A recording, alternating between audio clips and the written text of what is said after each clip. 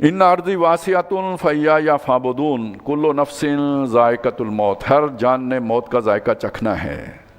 اب دونوں باتوں کے ساتھ آپ نے ربط کیا ہے دونوں باتوں میں؟ یہ مختصر سی زندگی ہے، کوئی بڑی نہیں ہے۔ جیسے آپ روزہ رکھتے ہو، شام کو کھول لیتے ہو، تو ہر روزے دار نے افطاری کرنی ہے، اور جو اس نے بھوک پیاس برداشت کی ہے افطاری کے وقت اس کا مزہ لینا ہے نئی سے نئی چیزیں کھا کے۔ اسی طرح اس زندگی کی بھی شام ہو جانی ہے۔ تو اگر تم نے اللہ کے لیے کوئی قربانیاں دی ہیں، گھر بار چھوڑا ہے، ماریں کھائی ہیں، تو اس کا صلہ بھی ملنا ہے، اس کی بھی تو کوئی افطاری کرائی جانی ہے تم کو، کوئی نزول ہوگا اللہ کی طرف سے، نزولا من رب العالمین، تو یہ تمہارے لیے آگے سب تیار ہے۔ کل نفس ذائقہ، یہ ہمیشہ تو تمہیں سزا نہیں ملتی رہے گی، ہمیشہ تو تم پر عذاب کی یہ کیفیت نہیں رہے گی، اذیتیں نہیں رہیں گی۔ موت کا ذائقہ چکھنا ہے، اس سے رستگاری ہو جائے گی، چھوٹ پا جاؤ گے۔ لیکن اگر تم عبادت پر قائم رہو گے تو صلہ پاؤ گے بہترین سے بہترین۔ ثم الینا ترجعون، پھر ہماری جناب میں تم لوٹائے جاؤ گے۔ اب آپ دیکھیں نا، ایک آدمی گیا کھا پی کے بہت جو تگڑا جو ہے نا وہ توند لے کے، اور دوسرا گیا زخم ٹوٹی ہوئی ہڈیاں لے کے، اے اللہ یہ ہڈیاں تیرے لیے ٹوٹی ہیں۔ تو اللہ کے سامنے جب وہ پیشی ہے تو کس کی انعام والی پیشی ہے، اور کس کی وہ پیشی ہے کہ جس کی طلب ہو انسان کے اندر؟ ظاہر ہے جو دنیا میں مارے کھا کے گیا، ہڈیاں توڑوا کے گیا، جو ہے جان دے کے گیا، تو الینا ترجعون، ہماری جناب میں تم لوٹائے جاؤ گے۔ والذین آمنوا وعملوا الصالحات، اور وہ لوگ جو ایمان لائے جنہوں نے نیک اعمال کیے۔ تیسری مرتبہ آ رہا ہے یہ، پہلی مرتبہ کب آیا تھا؟ وہ لوگ کہ جن پر تشدد کیا جا رہا ہے، اور اس کے بدلے میں کیا آیا تھا جی؟ ان کو کیا دیا جائے گا؟ ان کے لیے بہترین، اللہ تعالیٰ نے جو ہے نا ان کے اعمال کا بہترین سے بہترین بدلہ اللہ نے ان کے لیے رکھا ہوا ہے، بہترین سے بہترین مرہم رکھی ہے، صلہ رکھا ہے، انعام رکھا ہے۔ پھر دوسری مرتبہ آیا کہ وہ لوگ کہ جن کے ماں باپ ان سے چھوٹ رہے ہیں، رشتہ دار ان سے جدا ہو رہے ہیں، گھروں سے انہیں نکالا جا رہا ہے۔ پھر وہاں پہ بھی والذین آمنوا وعملوا الصالحات کے بعد کیا آیا تھا؟ ہم انہیں داخل کریں گے، لندخلنہم فی الصالحین، نیکوکاروں میں داخل کریں گے۔ ایک اگر وہ جا رہے ہیں، چھوٹ رہے ہیں، تعلق ٹوٹ رہا ہے، تو محمد رسول اللہ اور ان کے ساتھیوں سے جڑ رہے ہیں، تو نیکوکاروں میں ان کو داخل کریں گے۔ اب اگر گھر بار چھوٹ رہا ہے، گھروں سے نکالا جا رہا ہے، تمہیں تمہارے وطن سے نکالا جا رہا ہے، لَنُبَوِّئَنَّهُم مِّنَ الْجَنَّةِ، ہم جنت میں گھر دیں گے۔ اب دیکھیے نا کیسا اس کے ساتھ جو ہے نا مطابقت پیدا کر کے بات کی جا رہی ہے، جس طرح کی قربانی ہوگی اسی طرح کے انعام کی بات کی جا رہی ہے۔ یہ مختلف گویا اللہ تک پہنچنے کے رستے ہیں۔ ایک رستہ وہ ہے مارے کھاؤ، ایک رستہ وہ ہے کہ آپ کو کاٹا گیا اپنے سرکل سے، اپنے تعلقات آپ کے منقطع ہو گئے، ایک رستہ یہ ہے کہ آپ کو گھر ہی سے نکال دیا گیا، بالکل اجنبی دیش میں جانے پہ مجبور کر دیے گئے۔ یہ سارے رستے اللہ تک جانے کے ہیں، اور ہر رستے کا اسی طرح کا اجر ہے جو اللہ کے ہاں محفوظ ہے۔ غرفن، یہ کیا گھر ہیں؟ وہ بالا خانے ہوں گے، من تحت الانہار، جس جگہ پہ ہوں گے وہاں نہریں بہتی ہوں گی، خالدین فیہا، ہمیشہ وہاں رہیں گے۔ یہاں جتنا شاندار گھر بنا دو ایک دن جنازہ نکلنا ہی ہے، لیکن وہ گھر ہیں ہمیشہ ان میں رہو گے۔ نعم اجر العاملین، عمل کرنے والوں کا کیا شاندار بدلہ ہے، کیا خوب بدلہ ہے ان لوگوں کا جنہوں نے عمل کیے۔ اب کون سے عمل ہیں یہاں پہ؟ کوئی جو ہجرت کی جس نے، یہاں تو اسی عمل کا ذکر ہے نا، یا مارے کھائیں جنہوں نے، اس عمل کا ذکر ہے۔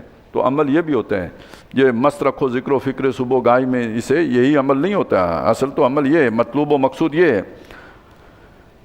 الذین صبروا، جنہوں نے صبر کیا، مال و اولاد چھوٹے اس پہ صبر کیا، رشتہ دار چھوٹے اس پہ صبر کیا، گھر چھوٹا اس پہ صبر کیا، وعلی ربہم یتوکلون۔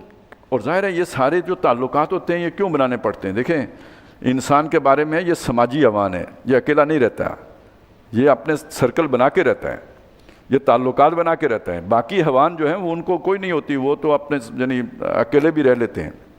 یہ انسان اکیلا نہیں رہ سکتا، یہ برادری بناتا ہے، قوم بناتا ہے، قبیلہ بناتا ہے، ریاست بناتا ہے، پھر سمجھتے ہیں ریاست ماں جیسی ہے، دھوکے ہیں نا ان میں پڑا رہتا ہے۔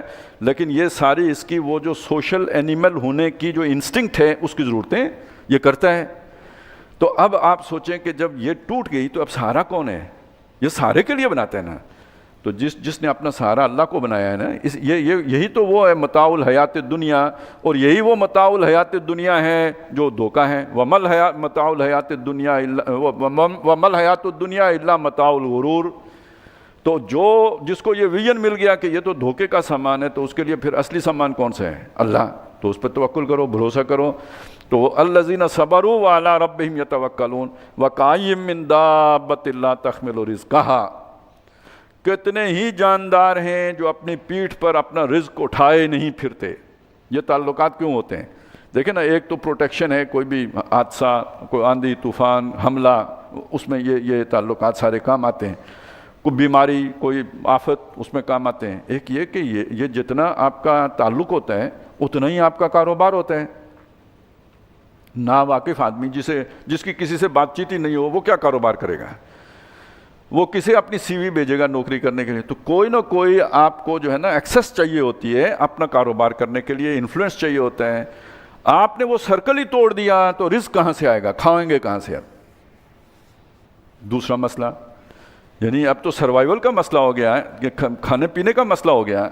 تو فرمایا اس پر بھی اللہ پہ توکل کرنا پڑے گا. اور سوچو، یہ جو کیڑے مکوڑے ہیں یہ کوئی پلاننگ کرتے ہیں اپنے رزق کی، یا انہوں نے اپنے گھر میں رزق اکٹھا کر کے رکھا ہوتا ہے؟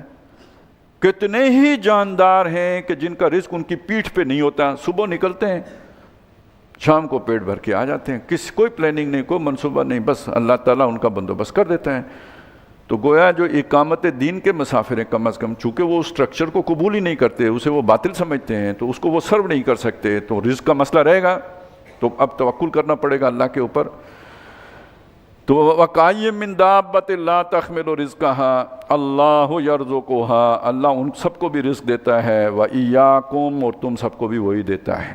اب توکل اس درجے کا درکار ہوگا. اور ظاہر ہے آپ اگر مخلصانہ اللہ کے لیے لگے ہوئے ہیں تو آپ کے اندر جو ہے وہ ایک لازمی یقین ہوگا کہ اللہ بھی میری مدد کرے گا. آپ ڈنڈی مار رہے ہیں تو پھر یقین بھی نہیں آئے گا. وَهُوَ السَّمِيعُ الْعَلِيمُ، اور وہ سننے والا، جاننے والا ہے. وَإِن سَأَلْتَهُمْ، اب یہ پھر یہ تھوڑا مسلمانوں کو رہنمائی دی، گائیڈ لائن دی، اور اس کے بعد اب پھر مشرکین پر جو ہے نا وہ ان کی طرف رخ ہو گیا ہے خطاب کا. وَلَئِن سَأَلْتَهُمْ مَنْ خَلَقَ السَّمَاوَاتِ وَالْأَرْضَ، اور اگر آپ ان سے پوچھیں، دیکھیں قرآن مجید کو ہم کتاب کہتے ہیں، لیکن یہ کتاب اور معنوں میں کتاب ہے. جن کتابوں سے ہم واقف ہیں یہ اس طرح کی کتاب نہیں ہے. یہ اصل میں اللہ کے خطبات ہیں.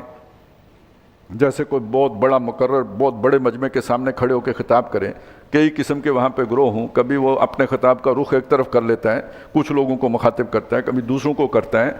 تو قرآن مجید میں اس طرح خطاب کا رخ بدلتا رہتا ہے. تو یہ ایمان والوں کے بعد اب جو ہے نا وہ خطاب کا رخ ہو گیا وہ مشرکین کی طرح. وَلَئِن سَأَلْتَهُمْ مَنْ خَلَقَ السَّمَاوَاتِ وَالْأَرْضَ، اگر آپ ان سے پوچھیں کہ کون ہے جس نے آسمانوں اور زمین کو بنایا ہے. وَسَخَّرَ الشَّمْسَ وَالْقَمَرَ، اور کون ہے جس نے سورج اور چاند کو اپنے قابو میں کر لیا ہے، مسخر کر دیا ہے، ایک رستے کے اوپر گامزن کر دیا ہے، مدار میں گھوم رہے ہیں. لَيَقُولُنَّ اللَّهُ، وہ لازماً کہیں گے کہ اللہ.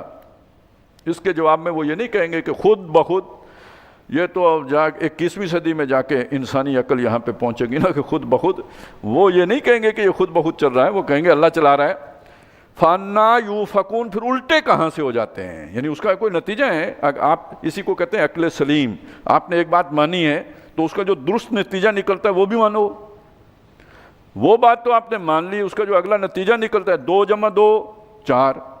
یہ 4 آپ نے مان لیا تو ٹھیک، لیکن اگر آپ کہیں 5 اور اڑ جائیں اور پھر ہلے نہ جیسے گدھا نہیں ہلتا، تو اس کا مطلب یہ ہوگا یہ آپ کی عقل صحیح رخ پہ کام نہیں کر رہی. صحیح رخ پہ کام، یہی مطلب 2 اور 2 4 ہوتے ہیں، آپ نے 4 نکال لیے. اگر یہ سب کچھ اللہ نے بنایا، خالق وہ ہے، اگلا مطلب یہ مالک وہ ہے. جس نے بنایا مالک ہونا اس کا حق ہے. ایک شے آج کل جو انٹلیکچوئل رائٹس تک کا بھی تصور پہنچ چکا ہوا ہے. تو آپ سوچیں جس نے سچ مچ بنا لیا تو اس کے علاوہ مالک کون ہو سکتے ہیں؟ تو جب مالک وہ ہے تو حکم کس کا مانا جائے گا؟ مالک سے ہٹ کر تو کسی تیسرے کا حکم نہیں مانا جا سکتا. تو یہ ہے اصل میں لائن آف آرگومنٹ جو یہاں پہ یعنی وہ خالی جگہ ہے، وہ اسے آپ کو خود پر کرنا پڑے گا. تو یہ سیدھا چلنے کا مطلب یہ ہے کہ آپ عبادت تک پہنچو، آپ کی سوچ وہاں تک جائے. نہیں جا رہی تو الٹے ہو گئے ہو کہیں سے. پہلی بات مان لی، اگلی بات نہیں مان رہے. فَأَنَّىٰ يُؤْفَكُونَ، کہاں سے الٹے ہوئے جاتے ہیں؟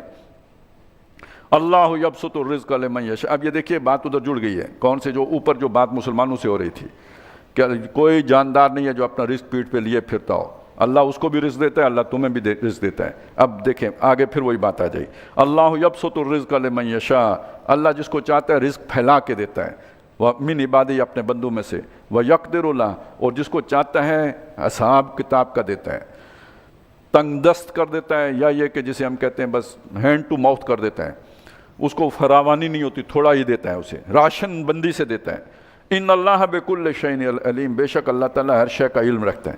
یعنی یہ بھی اس کا فیصلہ جو ہوتا ہے, یہ ایسا نہیں کہ اندھا ریوڑیاں بانٹ رہا ہو, اس کے پیچھے بھی اس کی حکمت, اس کا علم, اس کی سوجھ بوجھ ہوتی ہے. اور جو اس کے بندے ہوتے ہیں وہ جانتا ہے کہ کسی کو, جیسے ہوتے ہیں نا بچے لاڈ پیار سے خراب ہو جاتے ہیں, لیکن سارے بچے نہیں ہوتے, کوئی سمجھدار بچہ ہے تو وہ اسے معلوم ہے میرے ذمہ داریاں کیا ہیں, لاڈ پیار کے باوجود اپنی ذمہ داریاں پورے کرے گا. لیکن ناسمجھ بچہ ہو, اسے لاڈ پیار کریں تو وہ ہو سکتا ہے کام کرنا ہی چھوڑ دے. تو وہ لوگ کہ جن کی اللہ جانتا ہے کہ جن کو اگر زیادہ رزق دے دیا گیا تو وہ کہیں اسراف کی طرف نکل جائیں گے, تبذیر کی طرف نکل جائیں گے, اپنا نقصان کر بیٹھیں گے. ان کی بہتری اسی میں ہے کہ اللہ تعالیٰ انہیں تھوڑا رزق دے. وَلَئِن سَأَلْتَهُم مَّن نَزَلَ مِنَ السَّمَاءِ مَاءً, اگر آپ ان سے پوچھیں کہ کون ہے جس نے آسمان سے پانی کو اتارا, فَأَحْيَا بِهِ الْأَرْضَ, اور اس کے بعد اس نے اس پانی کے ذریعے سے زمین کو زندہ کر دیا, مِن بَعْدِ مَوْتِهَا, اس کے مر چکنے کے بعد, لَيَقُولُنَّ اللَّهُ, اس کا جواب بھی دیں گے اللہ. قُلِ الْحَمْدُ لِلَّهِ, تو پھر کہو اللہ ہی کا شکر بھی ادا کرو. یہ تم اوروں کے ساتھ وہ جو ہے نا دیوی اور دیوتے کیوں بنا لیے ہیں کہ وہ تمہارے لیے کوئی جو ہے نا وہ احسان کر رہے ہیں تمہارے اوپر. بل اکثرهم لا یعقلون, لیکن ان کی اکثریت یہ بات سمجھ ہی نہیں پاتی, اسے عقل ہی نہیں آتی. پہلی بات مان لیتے ہیں, دوسری بات کی طرف نہیں جاتے. وما هذه الحیات الدنیا الا لهو ولعب, یہ دنیا کی زندگی نہیں ہے مگر جی بلانا ہے اور کھیل ہے. یہ لہو کا لفظ اصل میں زیادہ تر اس کے لیے آئے گا نا جو آپ اپنی کوئی جو بھی آپ کی ایپیٹائٹ ہے یا جو بھی ایک جو آپ کی انسٹنکٹ ہے اس کی گریٹیفیکیشن کے لیے جو کچھ آپ کرتے ہیں وہ اصل میں یعنی وہ جو ایک لذت حاصل کرنے کے لیے کرتے ہیں وہ لہو کے کھاتے میں جائے گا. اور لائب جو ہے وہ کھیل کود جو بھی وہ ہوتا ہے. وَإِنَّ الدَّارَ الْآخِرَةَ لَهِيَ الْحَيَوَانُ, اور آخرت کا گھر جو ہے وہ ہے اصل زندگی. یہ تو زندگی کا گویا ایک دھوکہ ہے, ایک فریب ہے جو آپ کھائے بیٹھے ہیں, اسے زندگی مانے بیٹھے ہیں. اصل زندگی تو وہ ہے لو کانو یعلمون, کاش کہ انہیں سمجھ آئے. فَإِذَا رَكِبُوا فِي الْفُلْكِ, ایک معاملہ ان مشرکین کا یہ بھی ہے جب یہ کشتی پہ سوار ہوتے ہیں, دعوا اللہ مخلصین لہ الدین, اور وہاں پہ انہیں کوئی مصیبت آپ پکڑتی ہے پھر ان کی عقل صحیح کام کرتی ہے, اس مشکل کیفیت میں بالکل صحیح فیصلہ کرتے ہیں کہ اللہ کو پکارتے ہیں اپنی ساری اطاعت اس کے لیے خالص کرتے ہوئے. تب کوئی کسی کو شریک نہیں ٹھہراتا, کوئی اطاعت کے اندر ملاوٹ سوچ میں بھی نہیں پیدا ہوتی, بالکل مخلص اللہ کے ہوتے ہوئے اس کو پکارتے ہیں. لیکن فلما نجاہم الی البر, جب وہ انہیں بچا کے خشکی پہ واپس لے آتا ہے, اذا ہم یشرکون, اس وقت وہ شرک کرنے لگتے ہیں, اللہ کو بھول جاتے ہیں. لِيَكْفُرُوا بِمَا آتَيْنَاهُمْ, تاکہ جو کچھ ہم نے انہیں دیا ہے اس کی ناشکری کریں. وَلِيَتَمَتَّعُوا, تو مزے اڑا لیں, یہاں کو برت لیں, یہاں کے فائدے اٹھا لیں. یہ جو حصہ ہے نا آیت کا, یہ اس پہلے بھی آیا آگے بھی آئے گا, اس کو سمجھ لیں یہ ہے کیا مسئلہ کیا ہوتا ہے. اللہ تعالیٰ نے کا انعام مانے. دیکھیں انسان ایک اس کے اندر ایک جذبہ ہے, حل جزاء الاحسان الا الاحسان کا. کسی نے آپ پر احسان کیا, بدلے میں آپ اس کے ساتھ نیکی کرتے ہیں. کسی نے نیکی کی, بدلے میں نیکی کرتے ہیں. اب اللہ تعالیٰ نے آپ نے مان لیا کہ اللہ نے میرے اوپر یہ احسان کیا ہے, بدلے میں اللہ پر کیا احسان کریں گے؟ کوئی نہیں کر سکتے, آپ کے بس میں ہی نہیں ہے.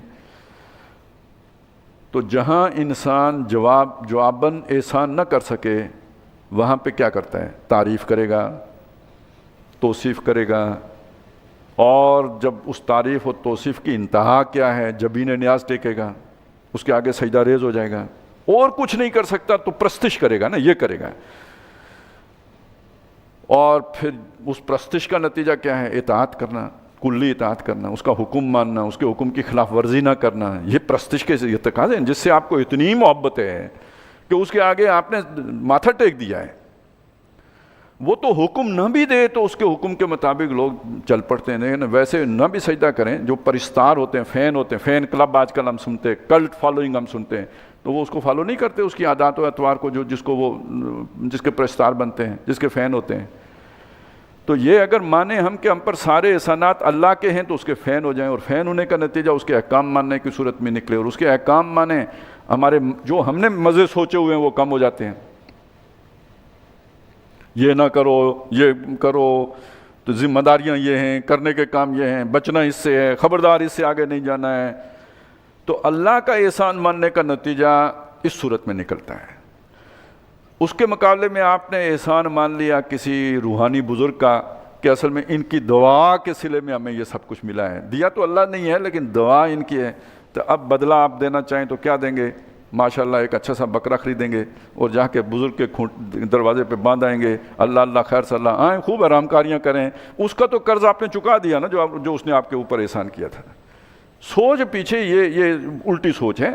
اس لیے فرمایا کہ یہ سارا جو ہے نا وہ اللہ کا حق اس لیے نہیں مانتے اور شرک اس لیے کرتے ہیں لِيَكْفُرُوا بِمَا آتَيْنَاهُمْ، جو ہم نے انہیں دیا ہے اس کے شکر کا نتیجہ جس صورت میں نکلنا چاہیے تھا اس سے بچنا چاہتے ہیں. اور بچ کے کرنا کیا چاہتے ہیں؟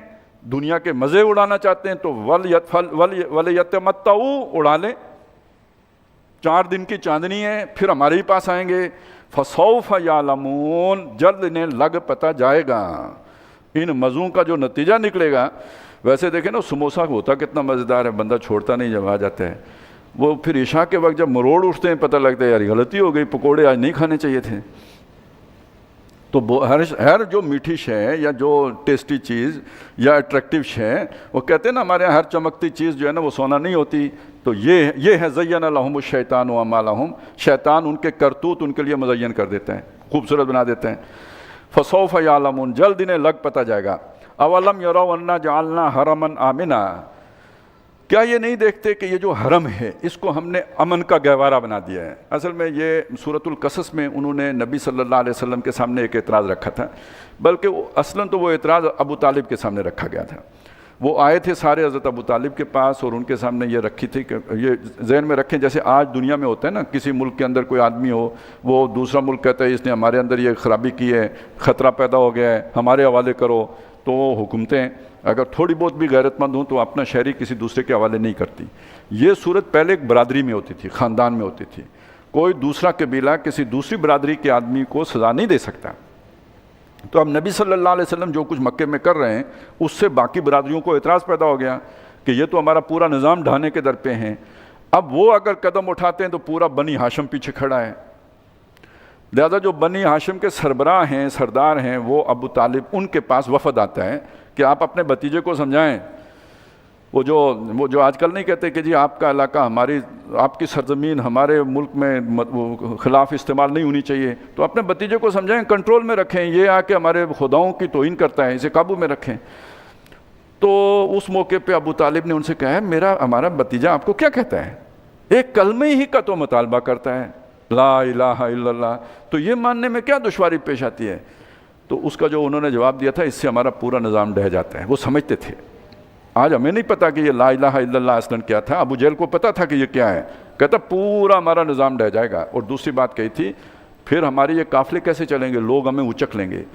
وَقَالُوا إِن نَتَّبِعِ الْهُدَىٰ مَعَكَ نُتَخَطَّفْ مِنْ أَرْضِنَا، اگر ہم تمہارے ساتھ اتباع کریں اس ہدایت کی، ہمیں زمین میں اچک لیا جائے، ہمارا اقتدار ختم ہو جائے، یہ سارے عرب ہمارے مخالف ہو جائیں، ہم تو چند 100 ہیں، 1000 ہیں، کیا مقابلہ کریں گے سارے عربوں کا؟ وہ ہمیں مکے سے نکال دیں گے. خدا ہمارے ہی تو نہیں ہے، خدا ان کے بھی ہیں، اور ہم اگر ان کو نکال دیتے ہیں تو پھر سارا عرب ہمارا دشمن بن جائے گا. اس کا جواب دیا اللہ تعالیٰ نے کہ تم یہ نہیں سوچتے سارے عرب میں فساد ہے، طوائف الملوک کی ہے، اور اللہ تعالیٰ نے تمہارے اس شہر کو امن کا گہوارہ بنایا ہوا ہے. کتنا بڑا انعام اور احسان ہے اللہ نے جو تم پر کیا ہے. وَيُتَخَطَّفُ النَّاسُ مِنْ خَوْلِهِمْ، اور لوگ اس کے ارد گرد سے اچک لیے جاتے ہیں، غلام بنا لیے جاتے ہیں، قتل کر دیے جاتے ہیں، ان کا مال لوٹ لیا جاتا ہے. تمہارے یہاں کوئی بدامنی نہیں ہے، سکون ہے. أَفَبِالْبَاطِلِ يُؤْمِنُونَ، کیا وہ باطل کا تو یقین رکھتے ہیں، وَبِنِعْمَتِ اللَّهِ يَكْفُرُونَ، اور اللہ کی نعمت کی ناقدری کرتے ہیں جو اللہ نے انہیں امن کا گہوارہ عطا کیا. اس کا مطلب امن اللہ کی بہت بڑی نعمت ہے اور بدامنی اللہ کی بہت بڑی سزا ہے.